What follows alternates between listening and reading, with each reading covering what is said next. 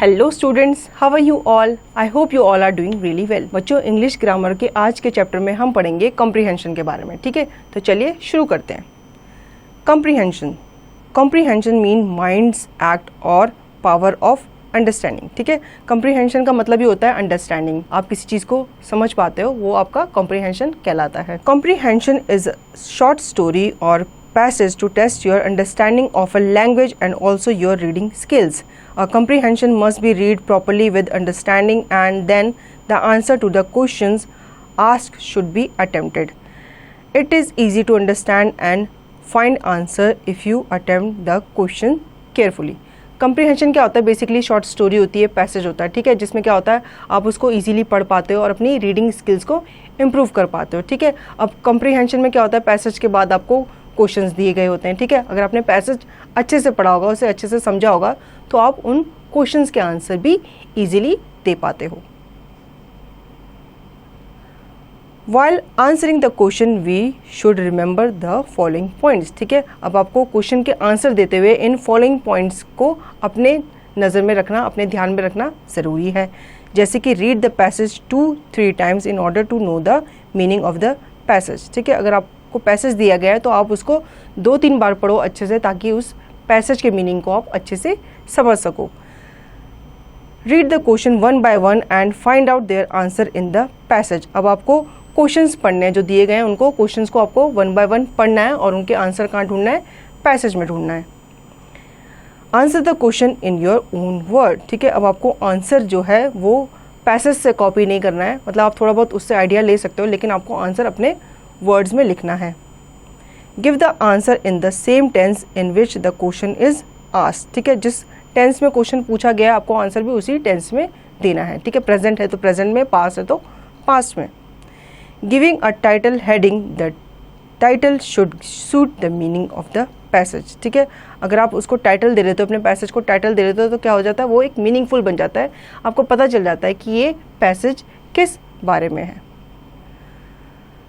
Writing summary substance gist, it is 1/3 of the passage. ठीक है, जो समरी होती है वो क्या होता है, उसका 1/3 होता है। पैसेज तो आपका बहुत बड़ा होता है, लेकिन समरी जो होती है उसकी 1/3 होती है। अब आते हैं पैसेज 1 की तरफ।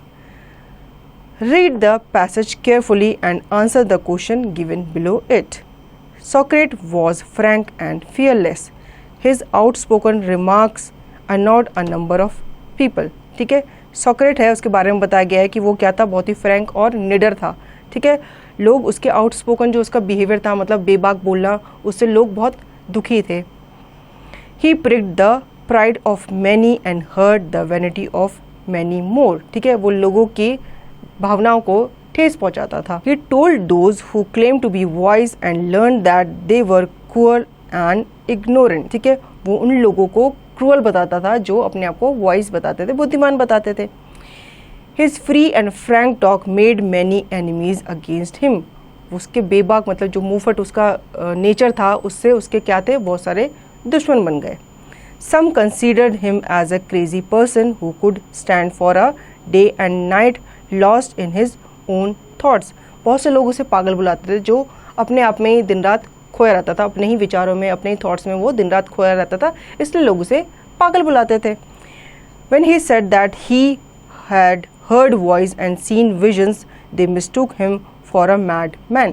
जब उसने बताया कि उसने कुछ आवाज़ें सुनी हैं या कोई कुछ देखा है, तो लोग उसे पागल समझने लगे या उसके दिमाग की कोई सोच समझने लगे। In a drama by Aristophanes the cloud, he has been shown as a half crazy old man who corrupt young man of the town. ठीक है, एक ड्रामा था अरिस्टोफोन का जिसका नाम था द क्लाउड। ठीक है, उसमें उसको एक हाफ क्रेजी मैन की तरह दर्शाया गया है, जो यंग लोगों को, जवान लोगों को क्या करता था, बुद्धू बनाता था या फिर उनको करप्ट करता था। But there were many people who admired him and followed him as his disciples in search of truth and wisdom. Among them was Plato, the great philosopher who has revealed the living Socrates in his dialogues. ठीक है, अब बहुत सारे लोग उसे पागल समझते थे, लेकिन कुछ लोग ऐसे भी थे जो उसके डिसिपल्स बन गए, उसके अनुयायी बन गए। क्यों? क्योंकि वो उन्हें सच्चाई और ज्ञान के रास्ते पे चलना सिखाता था। उसमें से एक था प्लेटो, जो एक ग्रेट फिलोसोफर था, ठीक है, और उसने उसके जाने के बाद, सेक्रोट के जाने के बाद अपने डायलॉग्स में उसे ज़िंदा रखा, ठीक है। तो ये पैसेज था सोक्रेट के बारे में। अब यहाँ पे आपको क्वेश्चंस दिए गए हैं। Why was सोक्रेट unpopular in his life time, ठीक है। अब इसका आपको आंसर पैसेज में से देना है कि सोक्रेट अपनी लाइफ में इतना अनपॉपुलर क्यों था। क्योंकि लोग उसे क्या समझते थे, वो बहुत ही आउटस्पोकन था, तो लोग उसे क्या समझते थे, पागल समझते थे, ठीक है। ऐसे ही आपको बाकी के आंसर भी खुद से देने हैं। तो बच्चों अब हम आते हैं पैसेज 2 की तरफ। रीड दिस पैसेज केयरफुली, ठीक है। अब यहाँ पर टाइटल नहीं दिया गया है, तो आपको इस पैसेज को बहुत ध्यान से पढ़ना पड़ेगा। जैसे कि यहाँ पे दिया गया, it is often debated weather a teacher should teach children or a subject. I think that they must teach both. For a good education is not a matter of one or the other. ठीक है, हम अक्सर ये debate करते हैं कि teacher को subject पढ़ाना चाहिए या बच्चों को पढ़ाना चाहिए। तो आई थिंक टीचर को दोनों को पढ़ाना चाहिए, ठीक है, क्योंकि अगर आप सब्जेक्ट पढ़ाओगे तो आपका स्टूडेंट का विकास रह जाएगा, और अगर आप स्टूडेंट पे ही ध्यान दोगे तो आपका सब्जेक्ट रह जाएगा। Teacher may be inclined to think that their main job is to teach a subject for which they have been appointed. Accordingly, in the process of teaching the subject, content get priority over children at the hands of a teacher. कभी कभी teachers क्या करते हैं, अपना syllabus निकालने के लिए वजह से वो क्या करते हैं, सब्जेक्ट पे ही ध्यान देते हैं, ठीक है। वो बच्चों पे कभी कभार ध्यान नहीं दे पाते। उन्हें लगता है कि बस हमें कैसे ना कैसे करके अपना सब्जेक्ट जो है वो कंप्लीट कराना है। The overall development of the child, the objective of education get lost in the race for good examination result. अब इस चक्कर में क्या होता है, एग्जामिनेशन, गुड एग्जामिनेशन रिजल्ट चाहिए होता है टीचर को कि सारे बच्चे जो है उनके सब्जेक्ट में अच्छा करें। तो इस चक्कर में क्या होता है, बच्चे का ओवरऑल डेवलपमेंट रह जाता है, जो कि हमारे एजुकेशन का मेन ऑब्जेक्टिव है, मेन उद्देश्य है, ठीक है।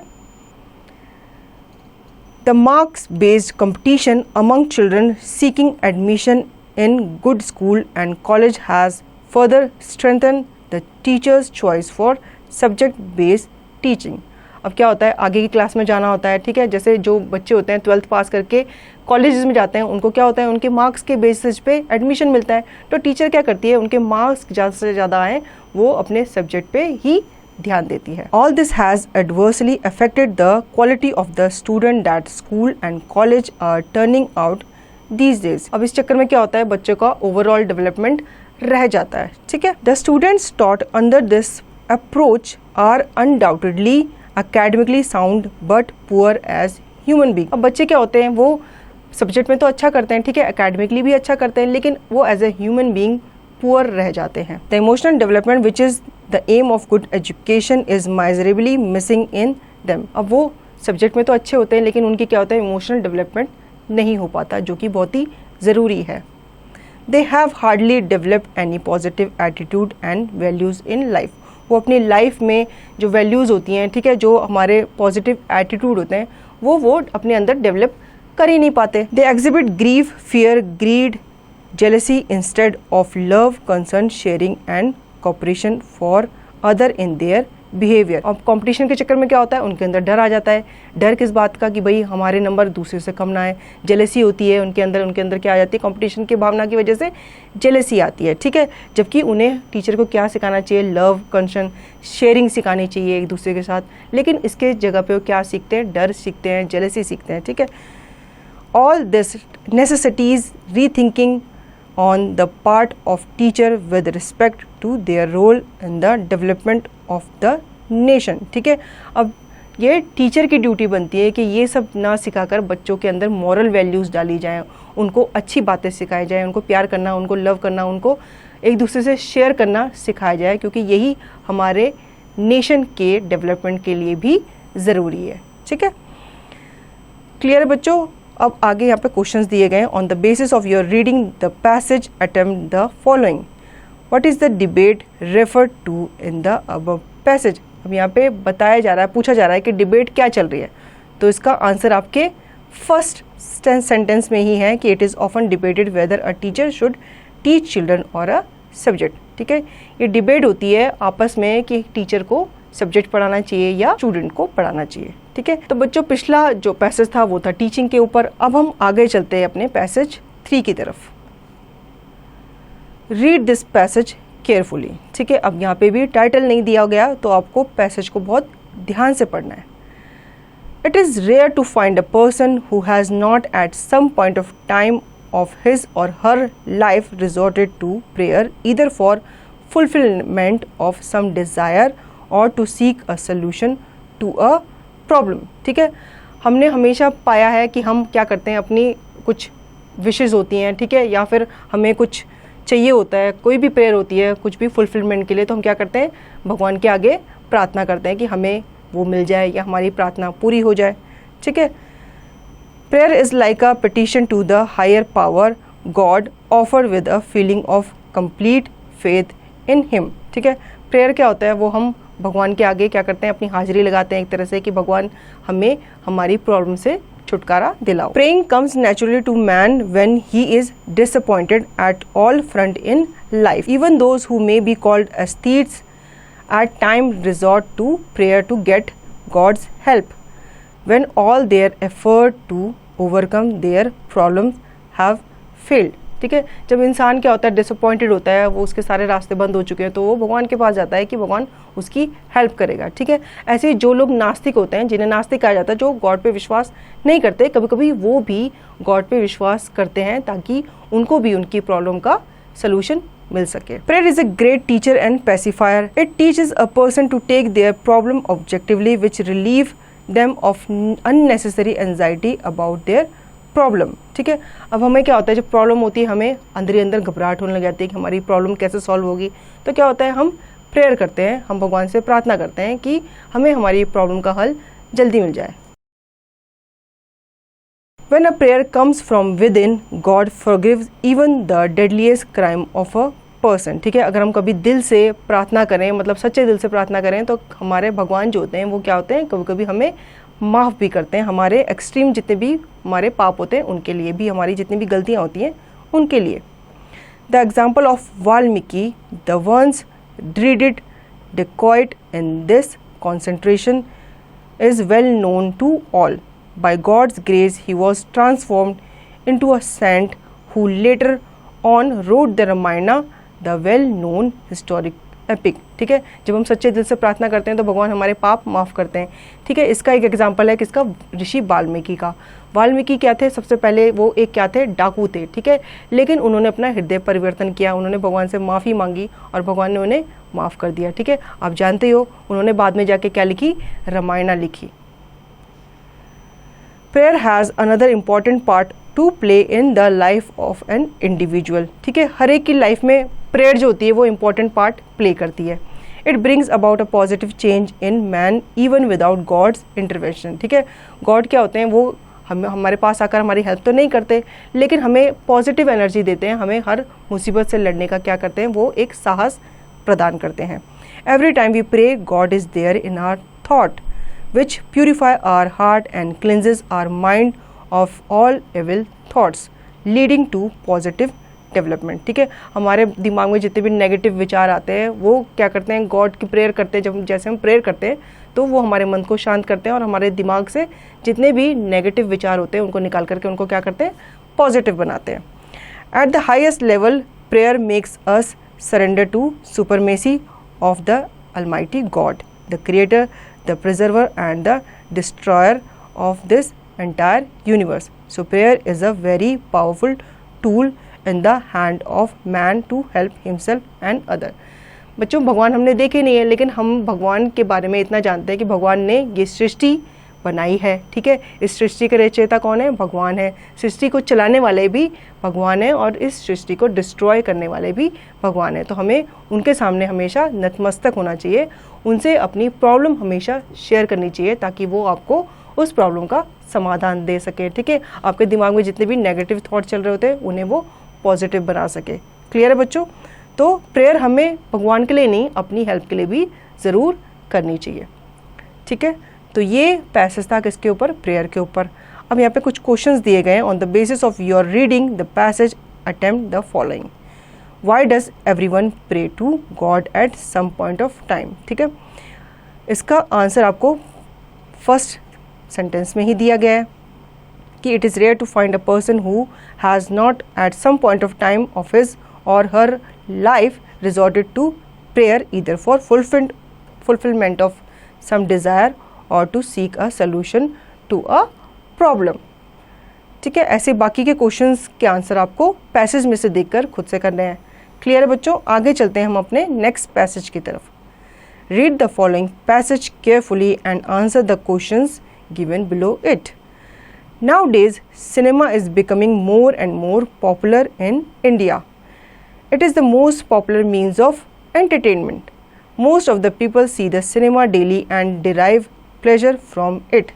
ठीक है बच्चों, आजकल आप देख रहे हो सिनेमा क्या है, पॉपुलर होता जा रहा है. हर कोई, हर घर में टेलीविजन है. टेलीविजन में क्या है, आप क्या देखते हो, सिनेमा देखते हो. ठीक है. The number of cinema halls has increase enormously. The cinema has an educative value also. Some films awaken the masses politically. ठीक है, अब सिनेमा का चलन चल रहा है तो फिर क्या है, सिनेमा हॉल्स भी बढ़ गए हैं हमारे शहर में, हमारी कंट्री में. ठीक है, लोग सिनेमा देखने जाते हैं और इसका एक एजुकेटिव वैल्यू भी है. ये हमें सोशल इश्यूज पे मैसेज भी देता है. Cinema can expose social evils and lead to social reforms. Cinema plays an important role to fight literacy, untouchability and the other evils. अब सिनेमा के थ्रू क्या होता है, सिनेमा जितने भी सोशल इश्यूज़ होते हैं उनको क्या करता है, हाईलाइट करता है, हमारे सामने उन्हें दिखाता है और हमें ये ज्ञान देता है या हमें ये एक मैसेज देता है कि हमें इन सारी सोशल जितने भी इश्यूज़ हैं इन्हें हमें ख़त्म करना चाहिए. Cinema offer employment to 1000 of people. It offers a great opportunity to young writers, poets and actors to develop their talent. ठीक है, सिनेमा के थ्रू क्या होता है, बहुत सारे लोगों को रोजगार मिलता है. जितने भी राइटर्स हैं या जितने भी एक्टर्स हैं उन्हें क्या मिलता है, इसके थ्रू काम मिलता है. On the other hand cinema had proved harmful also. In some cases it does not show right direction to the young boys and girls. अब बताया गया है कि सिनेमा के फ़ायदे हैं तो सिनेमा के नुकसान भी है. कभी कभी ये कुछ ऐसी चीज़ें दिखाता है जो हमारे यूथ के लिए अच्छी नहीं है.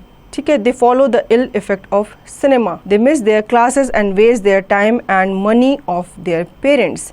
इन this way cinema is not only useful but also harmful for student. ठीक है, अब बच्चे क्या करते हैं, कुछ भी दिखाया जाता है सिनेमा में तो उसको बच्चे क्या करते हैं, कॉपी करते हैं. ठीक है, जो कि बुरी बात है. अच्छी चीज़ें कॉपी करनी चाहिए, हमें बुरी चीज़ों को कॉपी नहीं करना चाहिए. लेकिन जितने भी हमारे यंग स्टूडेंट्स हैं वो क्या करते हैं, बुरी चीज़ों को कॉपी करते हैं सिनेमा से और फिर वो क्या करते हैं, उसके चक्कर में अपने क्लासेस बंक करते हैं, अपने पेरेंट्स का पैसा वेस्ट करते हैं. तो इसमें ये बताया गया है कि सिनेमा के अगर फ़ायदे हैं तो सिनेमा के नुकसान भी दिए गए हैं यहाँ पे. ठीक है, अब ये पैसेज था किसके ऊपर, सिनेमा के ऊपर. तो बच्चों यहाँ पे क्वेश्चंस दिए गए हैं जैसे कि mention any 3 advantages of cinema. Cinema के एडवांटेज आपको बताने हैं कि सिनेमा के क्या क्या फ़ायदे हैं. तो यहाँ पे आपको सिनेमा के फ़ायदे दिए गए हैं कि cinema has an educative value. Some film awaken the masses politically. Cinema can expose social evils and lead to social reforms. ठीक है, ये इसके एडवांटेजेस हैं. आगे आपको बहुत सारे क्वेश्चंस दिए गए हैं जिसके आंसर आपको खुद से करने हैं. हम चलते हैं अपने नेक्स्ट पैसेज की तरफ. ठीक है, यहाँ पे इसका टाइटल नहीं दिया गया. Read this passage carefully. To most Chinese the bicycle is what the car is to most Americans. In China thick crowd of bicycle riders wade through the traffic tide. Here 2 or 3 bicycle in a family is normal.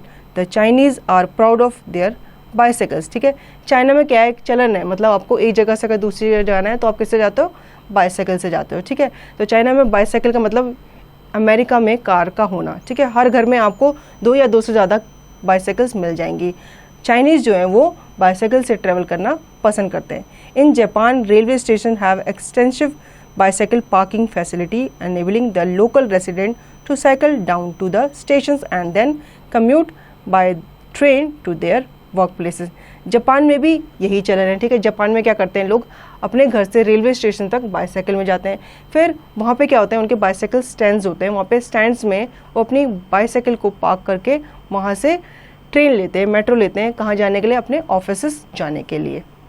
In Australia bicycles are a part of traffic.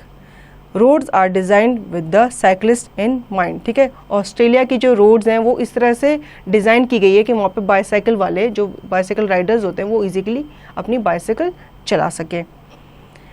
With the environmental movement gaining momentum, the bicycle has gained popularity. ठीक है, अब car से, auto से, इनसे क्या आता है, धुआं निकलता है. ठीक है, ये बहुत सारा पोल्यूशन क्रिएट करते हैं.